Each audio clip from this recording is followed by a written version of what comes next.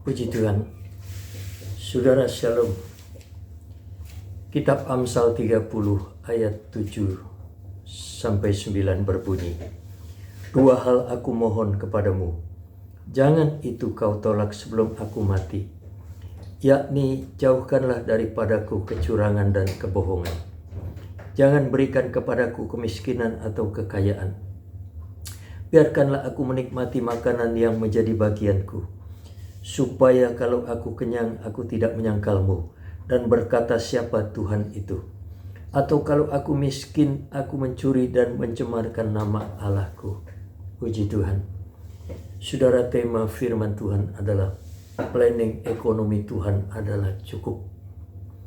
Saudara, Roh Kudus membantu kita dalam doa, memandu dan mengilhami kita di dalam doa. Tercatat di dalam Roma 8 ayat 26. Kali ini Agur bin Yake di dalam Amsal ini mencatat rincian doanya, dan Tuhanlah yang mengilhami dia dengan sebuah prinsip pokok doa yang sama dengan apa yang diajarkan Tuhan Yesus di dalam doa Bapa kami, Matius 6 ayat 11, yakni agar diberikan ransum kebutuhan yang secukupnya. Saudara, dengan kata lain, Agur diilhami di dalam doanya dengan tidak minta kekayaan, juga janganlah diberi kemiskinan, tetapi minta cukup, sebab rancangan Tuhan sejahtera berkecukupan. Saudara, cukup adalah planning ekonomi Tuhan di dalam mensejahterakan hidup kita. Damai sejahtera berkecukupan. Cukup yang dapat kondisikan orang hidup bergantung setia kepada Tuhan. Cukup itu tidak kurang, tapi juga tidak lebih, namun selalu ada. Cukup itu tidak menanggung resiko dan beban kesalahan atas tindakan keserakahan atau ketidakberdayaan.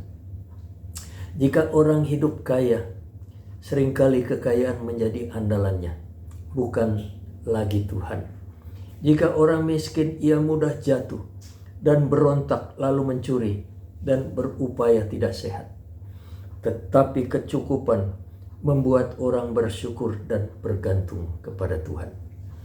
Saudara, sebuah kesaksian seseorang yang hidupnya overload, orang yang hidupnya amat kaya, yang memiliki pulau dan pesawat jet pribadi.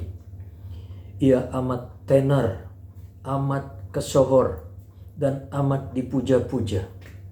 Saudaraku, lalu ia bilang suatu waktu, hidup ini sebenarnya apa sih? Saudara-saudaraku, harta, ketenaran, sanjungan-sanjungan ternyata tidak membuat orang puas. Orang hatinya kosong. Itu sebabnya ia lari kepada obat bius, kemudian overdosis, dan akhirnya mati. Saudara-saudaraku, sesuatu yang tragis. Nasib orang kaya, tenar, dipuja-puja, tetapi tidak puas.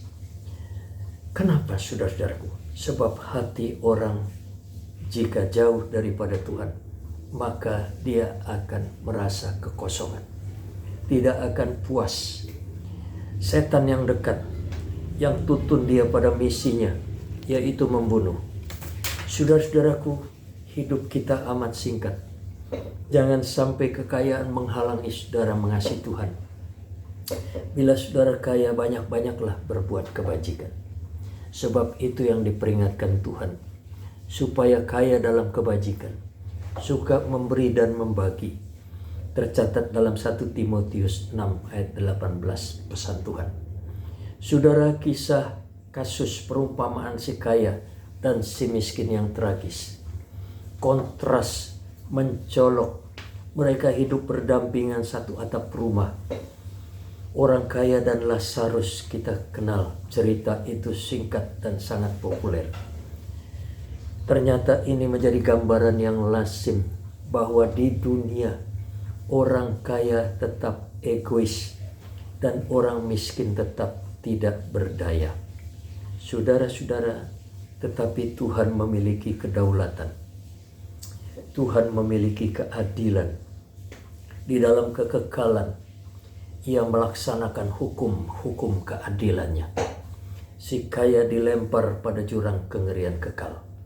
Si miskin enjoy di pangkuan kesukaan kekal.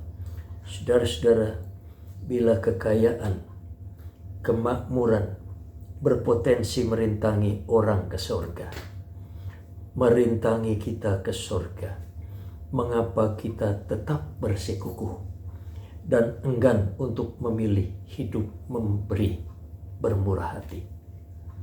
Saudara-saudaraku, memang tidak ada pasal ayat di dalam hukum yang melarang orang untuk kaya.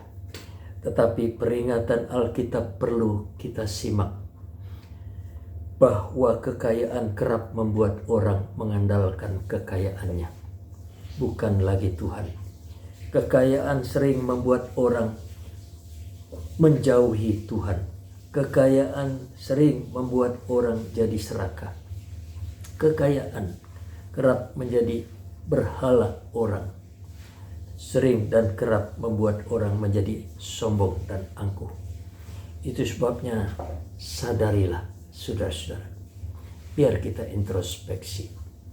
Sudah sejauh mana kita mengelola kekayaan kita, memanage kemakmuran kekayaan yang ada pada kita. Biar hari ini saudara dengar firman Tuhan. Kiranya Tuhan memberkati saudara. Amin.